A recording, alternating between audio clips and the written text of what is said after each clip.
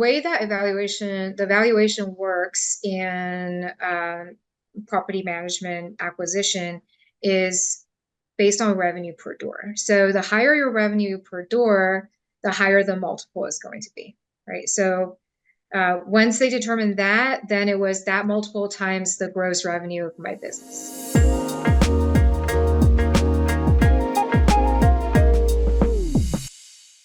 Today I'm speaking with Dee Lee, former owner and founder of Skyline Properties Group based out of Atlanta, Georgia. Dee grew her property management company to over 500 doors under management on the single family side, and then on the HOA side to over 3,000 units. Dee has a lot of great expertise to share with the property management community. I was very fortunate that she agreed to come on today's podcast. So without further ado, let's get straight to the interview so you can start to learn from Dee. Thank you so much for having me, Stephen. I really appreciate the opportunity for being here. I've been in the property management business for over 2 decades now. Actually, I went to college for computer science, so it had nothing to do with property management. Just like most people, very few of us actually choose to be in this field, right? I did the responsible thing after college. With the money that I saved from my first job, I bought 2 rental properties. And I did that because a real estate mentor told me about his retirement strategy, which was, okay, I'm going to buy 2 houses a year. And in 15 years, I'll have 30 houses. And at that time, I'll sell half of the portfolio and use the proceeds to pay off the mortgage on the other half. So at the end of 15 years, I'll have 15 houses paid off, all rental properties. I'll be able to retire. I was like, that is a great retirement plan. So I started with that, right? 2 houses in my first year. And then unfortunately, I'm a very impatient person. I like to do everything faster. So I partnered up with a few people and ended up buying 10 properties the second year. Okay. And that's how I cut my teeth on property management. So I handled the property management piece of our partnership. And then that was in 2005, 2006. And of course, we all know what happened after that. The crash happened. So when that happened, all of my friends and family were coming to me and saying, hey, I can't sell my house. I know you know how to manage properties. Will you manage for me? So I was like, I just saw a huge opportunity, and I knew that the property management industry was going to grow very rapidly because of that market. So I went and got my broker's license and started managing third party. So that's how I got in the business. I'm still in it, so still doing it, still loving it. So you basically quit your job kind of cold turkey once you had some properties in place and you were like, I'm going to go full in on property management. Is that kind of the gist of it? Correct. I don't like to do anything half-assed. So, I decided to just jump in and go for it. Hats off to you. It takes a lot of courage. I did something similar when I had started out as well.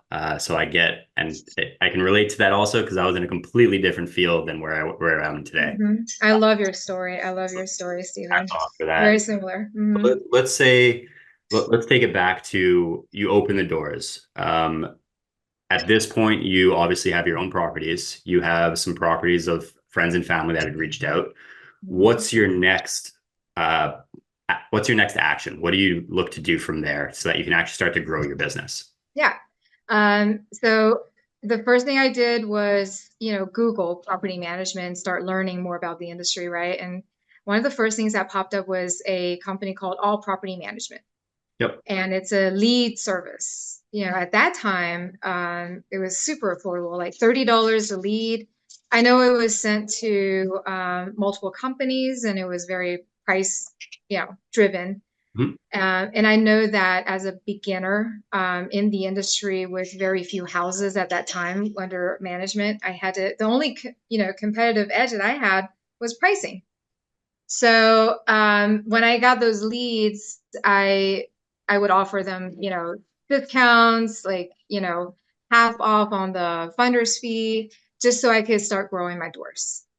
That's how I grew to, I would say, about 80 doors. Okay. Now, at that time, I don't know if you remember this, Stephen, but at that time, it's like, if you hung a sign that says I manage properties, there was business. I was closing 8 doors a week. What year is this? This is 2010. Okay, so it's right after the Yeah. crash. Okay. Yes. And I was signing at least 8 owners a week. So the business grew very, very quickly. Yeah, that's how I got to close to 100 doors that way. So 8 owners a week. What does that look like operationally? I imagine, all of a sudden you go from 0 doors under management to 100 doors under management. What is that? What can you take us through Yeah. what that looks like? All within a year. It was a lot of work. I was by myself doing everything at the time. With new baby, I had my daughter and my son all within a couple years. So new babies and yeah, I was burnout big time. Like, just to be honest, um, answering phone calls on the weekends. And this was before all of our wonderful affiliates and vendors came into the market with automation technology and everything that we have today in the industry. We didn't really have back then just yet. Hmm. So a lot of the things that I did outside of my property management software was manual, right? We still had like checklists, manual paper checklists. So yes, it was very time consuming. Believe it or not, I didn't get my first smartphone until 2012. So I ran my business for 2 years on like a flip phone. I don't Crazy. know how I did it. I can't even like think about that time right now, but it got me to where I am today. At what point did you go and say, you know what, I need some help and hire an employee to help you out? Yes, it was right around when I had about 80 doors. I knew I needed help because I was like burnout central at that point. Yeah. So one of the first I hired was an admin assistant. She was actually a tenant of mine. And, I just knew from the way that she communicated. She was extremely organized. She would come into my office with folders and everything was like, you know, extremely organized. So I offered her a job and she took it. And so she was with me for a very long time, my very first employee. Very nice. Yeah, that's something I've been hearing more and more lately is not trying to find employees just through posting a job on job boards, but by going out and actually meeting people, in a grocery store, wherever it might be. Mm-hmm. And when you see somebody that seems to be super organized and on top of things, those people usually make great employees. So Yeah. that's an interesting story there. Yeah. So now you have staff under place, things start to get a little bit more under control. What did you start to do from then? Because you scaled eventually to manage many more properties than just the 80 doors, right? Yeah. So what were your strategies after that point? What did that look like? Sorry. My daughter just broke something in the kitchen. No worries. Um, all right. Hold on. So, can you repeat that question one more time? Yeah. So once you got things a little bit more under control, Yeah. what were your strategies to continue to grow the business? Okay. My my strategy was I knew I had to scale, right? And to continue to grow doors, and that just myself doing everything was not possible. So, and of course, during all this time, I did a lot of networking. I was building a whole business network in my community, and through that process, and also joined mastermind groups, not with fellow property managers, but with other business owners. And the one thing that I learned was you have to build your business as if you're going to sell it one day. Even though at that time I had no intentions of selling, right? Yep. So build it to sell, which means get your financials in place, start to replace yourself in all of the, work in the business. Stop working in the business and working on the business. So I started putting those principles into practice. And so that's what I started doing, right? Is I made a list of all of the tasks that I was doing, and then figured out what I love to do, which was marketing and sales. So everything else that's not marketing, I started outsourcing, finding vendors that could do it, or hiring additional people to handle it. And then, you know, once I got that down, I also started writing down my processes, because what happens when you start to hire people is you have to train them. Yeah. And I wanted to make sure that I had some kind of a training manual and something for them to follow other than just me telling them. So once those things were in place, then I could free my time up to focus on marketing and sales. With that, I continued to do networking. I network with local brokerages, all the major brokerages in my market that didn't do property management. Mhm. I went to the broker, I schmoozed them, wine and dined them, offered to bring food to their sales team so I can educate them about property management. And if they allow me to become a preferred vendor, I did. I paid the price to do it because the referrals are, it's just continuous, right, from these Were, brokerages. were you paying them a commission for referrals? Is that how you structure? Yep. So a lot of these brokerages, they will charge a vendor. So we're like a preferred vendor there. They'll charge a fee annually for you to be a preferred vendor Okay. to their brokerage. And then I also offered a referral fee for every referral their realtor gave us. Okay. And it was a very sizable referral fee. Like it was, because to me, the importance was to build my door count. The finder's fee and all that, it was a one-time money, and I was more than happy to share it. Got it.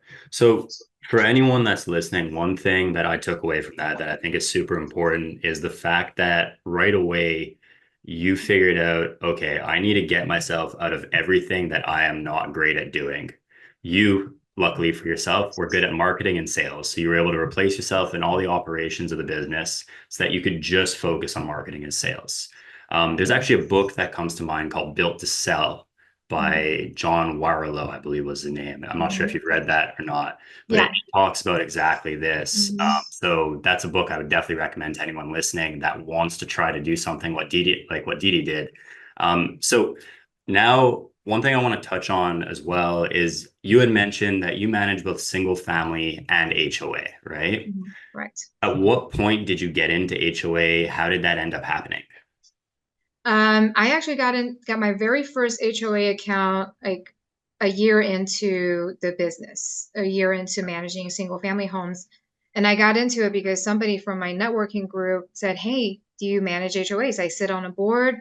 Our HOA manager just quit and we really need help." And for in the state of Georgia, as long as you have your real estate license, you can manage HOAs. Okay. So even though I didn't know anything about it, I said, how hard could it be? I can learn it.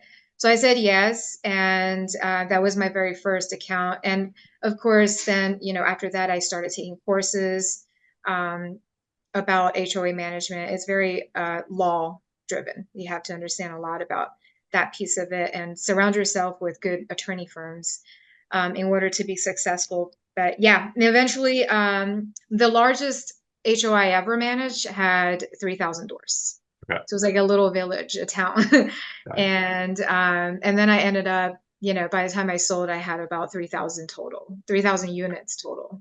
Got it. So between HOA and single family, which did you find best for yourself? Which one was most profitable for your business?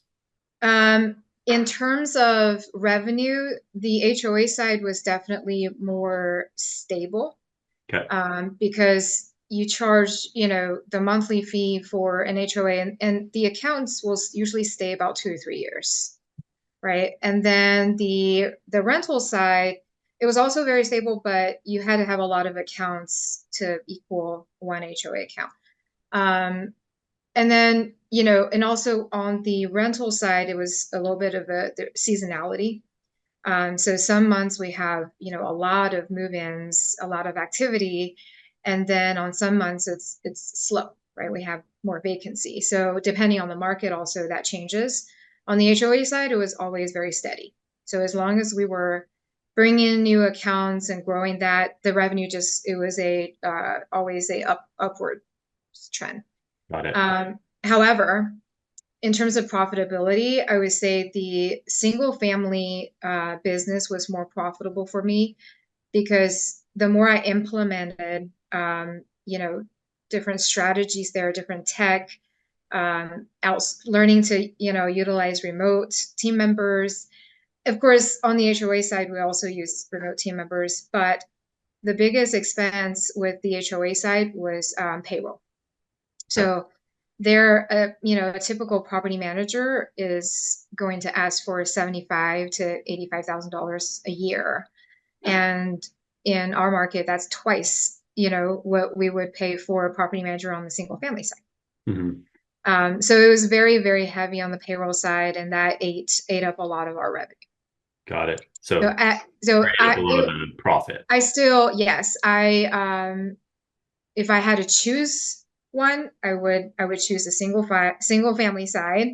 However, the HOA side gave me the padding I needed during a down market on Okay. the single family side, if Yeah. that makes sense. Yeah, so they kind of act well together in terms of hedging things when the market might be slow for single family because HOA is always steady. Whereas when, let's say, things are good, the single family is going to be bringing you a lot more profits. So you can kind of look at it as like a hedge against single family in a way. Mhm. That's correct. Yeah. Okay. Yeah. And how was your business structured as you continued to grow from a marketing and sales perspective? Was it always you doing all of the marketing, all of the sales? Did you bring in a BDM? Can you take us through what that looked like? Yes. When I got to about 400, I'm sorry, 250 doors around there. Single Um, doors, Single right? family doors. Yes. I decided it was time for me to get out altogether. So, I got the first person I hired was a BDM.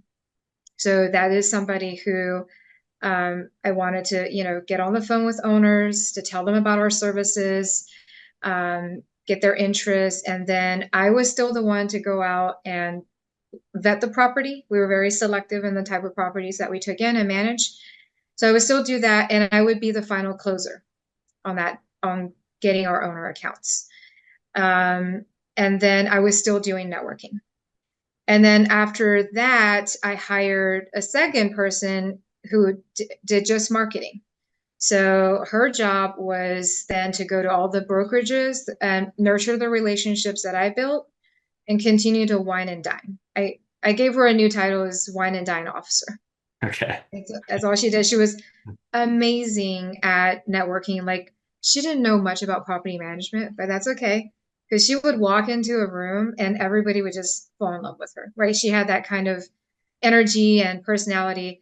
And so she became best friends with all of these real estate agents, and all they did was send us business.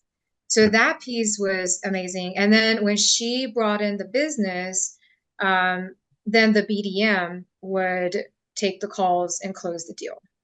And Okay. then I had someone else go out to the property just to vet it because by the time he was done speaking to the owner, we were 95% closed, right? Mhm. Um, and then, so an interesting thing I'll throw in here for you about sales and marketing, Stephen, is I actually tracked our like KPI is, how many leads we got from this marketing director's effort. And I also did SEO, like internet leads. And so I tracked the KPI on that. Um, she brought in 65 and then 65 doors, and the SEO effort brought in 65 doors. So it was like almost even. Almost, I mean, it was even. And I was shocked to see the numbers that way. But then when you look at how much money I spent on her salary Yeah. and her budget on wining and dining and going to all these networking events, setting up tables versus what I was spending on the SEO side, like man, it makes so much like sense to put more money on, and towards SEO. And at the same time, I couldn't really give up the networking either. So I think to have a successful marketing and sales strategy and to truly grow your business and grow doors, you should have both, I agree. I right? think as long as something, if you're in growth mode and you want to grow your door count, Yeah. as Hmm. long as what you're doing is profitable, Hmm. you should keep doing it. Yes. I learned this lesson early in business. I got very lucky. I have someone I went to high school that built a company that's probably worth close to $1 billion. And I went out to lunch with him, and at that time, he had asked us, "What are you doing that's working?" And this is right when we were starting. This is nearly a decade ago, and we had said cold calling. Mm. And so he said, "Okay, so are you guys scaling that?" And we went, "No, actually, we're stopping to do that because we want to focus more on bringing in people from the internet, and we need to focus our time on that." And he basically looked at us, and without actually saying these words, he kind of went, "You idiot." And Right. if this works, hit it, hit it, hit it, right? Mm. So if there's something that is profitable for your business, keep doing it and figure out a way to scale it up, right? Because if Mhm. it's bringing you in cash flow, it's bringing you in profits, it doesn't make sense to shut it down just because there's some other strategy that maybe is more profitable, but it's making you money. Why would you stop something that's making you money that's Yeah. part of your regular business and not taking away from something else, right? So I agree Yes. with you. You got to, if something's working, stick with it. Exactly. And the other reason why I kept those positions, the marketing right position and the relationship building, is because I know that down the road, especially being in the Atlanta market, we have a lot of competition, Yeah, and the property management industry is only going to get bigger. So, how do you stand out, right, amongst your competition with just SEO? That's where the local marketing networking comes into play as well. That relationship building, that will always be there. 100%. And what ends up happening long term too is they kind of feed into each other. So Hmm. what might happen is, okay, you send out your BDM, they open up a connection. That person's still like, maybe I'll send them business one day, I'm not sure. Then a couple months later, they have a potential referral. They go online, they try to look up for like a reputable company. Your company shows up there. Now they put two and two together, like, wait, I've already spoken with this person, and now I'm finding everything online. They look like a really good company. It just, they work well together in terms of just bringing in more and more leads. So 100%. there's that factor as well. So let's shift gears a little bit. So you've been running your property management company for a while now. Eventually you sell. What leads to that? What's your mindset at this point? How did that end up happening? Sure. So along the way, like I remember when I was at 300 doors, I had several companies approach me about buying me then. And to me, it was an opportunity just to see what that process was like. So even though I didn't really intend on selling, and they took me through the whole due diligence process, gave me a bunch of questionnaires to answer. And obviously, I didn't sell when I was at 300 doors, but it taught me so much about what buyers were looking for.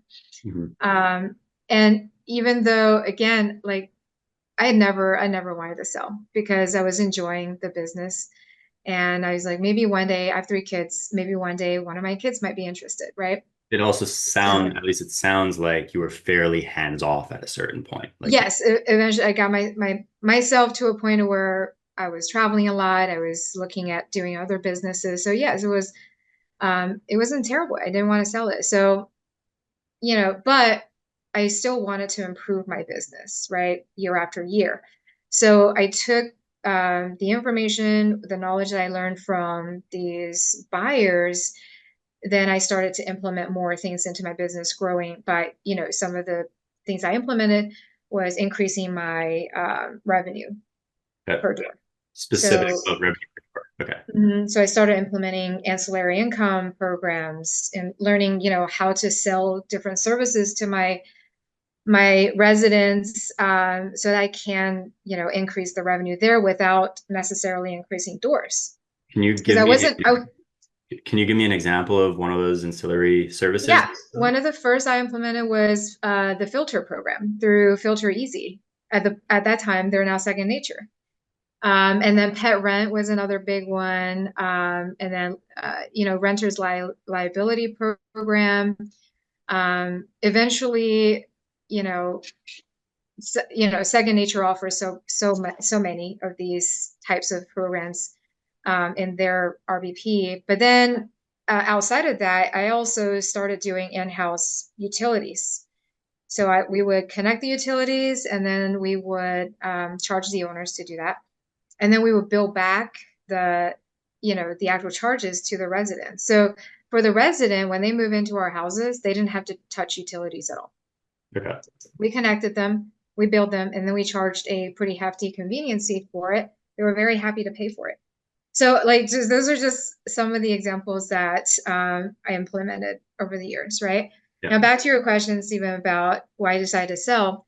Um, Pure came around and started talking to a lot of NARPA members and offering them a great right incentive to sell. And for me, it wasn't just selling, because with Pure, you're joining a huge company that's made up of all of my, people that I respect in the industry, and help to build this company together. So what they offered to sellers was, hey, if you sell your portfolio to Pure, you also have an opportunity to become a limited partner and also help us build this great company.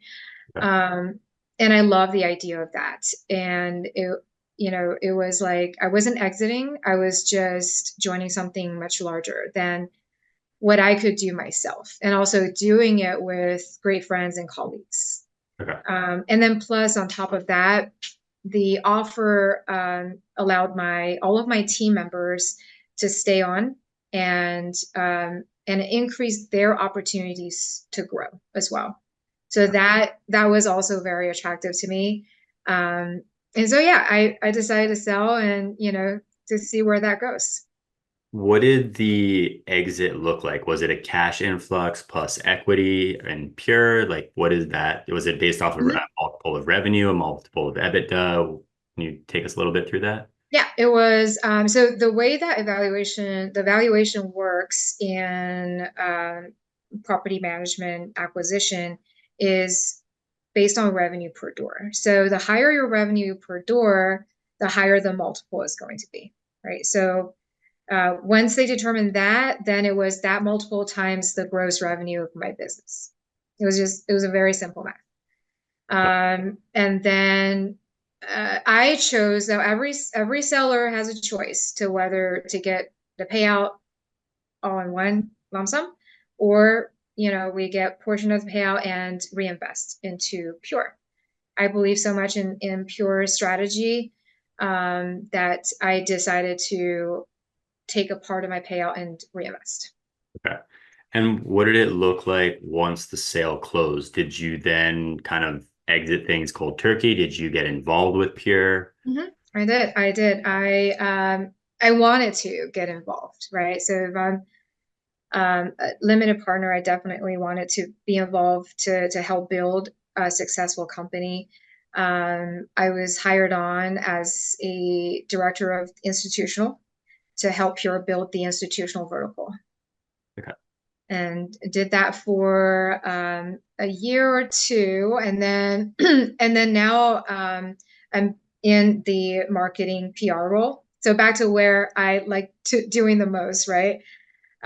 So with that, it's just my title as industry liaison allows me to go out, participate in NARPM events, go to different conferences outside of NARPM, and just talk to people to learn what's happening with our industry, meet different vendors in the space, learn about all the new tech that's coming out.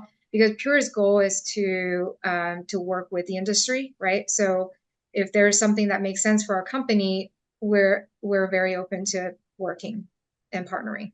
Got it. Okay. And is that where you spend all your time now? Like, what have you been doing since selling? Is it really all 40 hours a week towards Pure, or what, how Mhm. many hours a week you work, or Um, let's live with it's that? No, fortunately, I am not involved in day-to-day operations with Pure. So when it's not conference season, I do work on other things. So I have a short-term rental portfolio that I manage, some of it my own investments, some for, others. And then the other thing I do is also help other property management companies with their implementations. So what we do there is a lot of owner operators, they know in their head like what they need for their business, right? So like we'll just use this for example. They know they need better SEO. They know they need a better website. And a lot of these owner operators are outside of NARPM because most NARPM members are educated, they're smart. But people who have not been exposed to NARPM yet, they're still doing things like very, very the old-fashioned way. So they need help, but they don't have time to implement, right? New technology. They don't even have time to put down the processes on paper or develop any kind of workflow. So that's what I help them with. My partner, Brian Jenkins, and I both have been in industry for over 2 decades. So we just use our experience and what we learn in the industry to help these companies grow. Got it. Okay. Yeah. Awesome. So if you were able to go back in time, let's say you can go back to a decade ago before you started your business, Mm. what is the one thing you would tell yourself to help yourself succeed at a quicker pace, whatever your definition of success might be? Um, I know we talked about doing both the single family business and also the HOA business. Yep. I would have told myself to just focus on single family Okay. because running the HOA business and building that was very, very time consuming. It's very difficult. Um, and so if I had just, taken that time and poured it all into single family, it would have been a much different story. It's still a good story at the end of everything, but I think I would have saved myself a ton of trouble and stress, um, and have, probably more success on the single family side. Okay. Yeah, they're almost two different businesses, right? They're Very, yeah, property management, of course, but they're completely different clientele, very different from a marketing perspective, from an operational perspective. So I can definitely see how that can be challenging. yeah. Um, Thank you so much for taking the time to speak with me. For anyone that would like to reach out to you to find out more about anything you're up to these days, where would be the best place for them to do so? Sure. My email at Pure is dlee@purepm.co. And you can reach me that way and I'll get back with you. Yeah. Thank you so much, Stephen, for the opportunity. Thanks so much, Didi. Talk to you later.